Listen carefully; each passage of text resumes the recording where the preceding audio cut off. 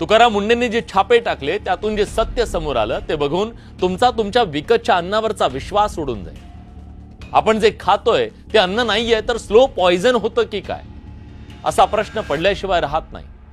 दूध लहान लेकरांचा महत्वाचा आहार असतो, पण त्याच दुधात विष घालून 4 पैसे कमवणारे माफिया इथं बोकाळले। पुण्यात भेसळयुक्त खवा आणि पनीर सापडलं। इथिलीन गॅस वापरून आंब्यांना कृत्रिमरित्या पिकवलं जात होतं। गव्हाच्या बेसनात मसाल्यांमध्ये चक्क घातक पदार्थ वापरले जात होते। पॅकबंद दुधात घाण दूषित पाणी मिसळलं जात होतं। अनधिकृत खाद्यतेलाचे साठे, बनावट गूळ, काय काय सांगावं। ही यादी न संपणारी आहे। हे भेसळखोर स्वतःच्या फायद्यासाठी राजरोसपणे आपला आणि आपल्या लेकरांच्या जीवाशी खेळ खेळत होते। तुकाराम मुंडेंनी हे रॅकेट नेस्तनाबूत करण्याचा विडा उचललाय। मुंडेंनी फक्त छोट्या व्यापाऱ्यांना टार्गेट केलं असं नाहीये, तर थेट बड्या माशांच्या नरडीला हात घातला।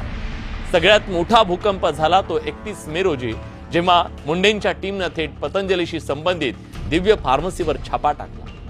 संवेदनशील आजारांवर दिशाभूल करणाऱ्या आणि बेकायदेशीर जाहिराती करणाऱ्या या बड्या ब्रँडचा तब्बल 51.41 लाख रुपयांचा औषध साठा जप्त करण्यात आला। या व्यतिरिक्त मुंबई, भिवंडी आणि पालघरमध्ये एक भयंकर मेडिकल रॅकेट उघडकीस आणलं। रुग्णांच्या जीवाशी खेळणारे 74.85 लाख रुपये किमतीचे बनावट सर्जिकल ग्लोव्ज आणि विना परवाना औषधांचे साठे जप्त केले। गुटखा माफियांवर तर असा काही प्रहार केला की आतापर्यंत 500 टनापेक्षा जास्त प्रतिबंधित गुटखा जप्त केला आणि 192 विक्रेत्यांना गजाआड। पण तुकाराम मुंडेंचा हा धडाका पाहून एक प्रश्न तुम्हाला पडला असेल, मुंडे येण्यापूर्वी एफडीए नावाचा हा विभाग अस्तित्वात नव्हता का हो? याच्या आधीचे अधिकारी काय करत होते, कोण होते?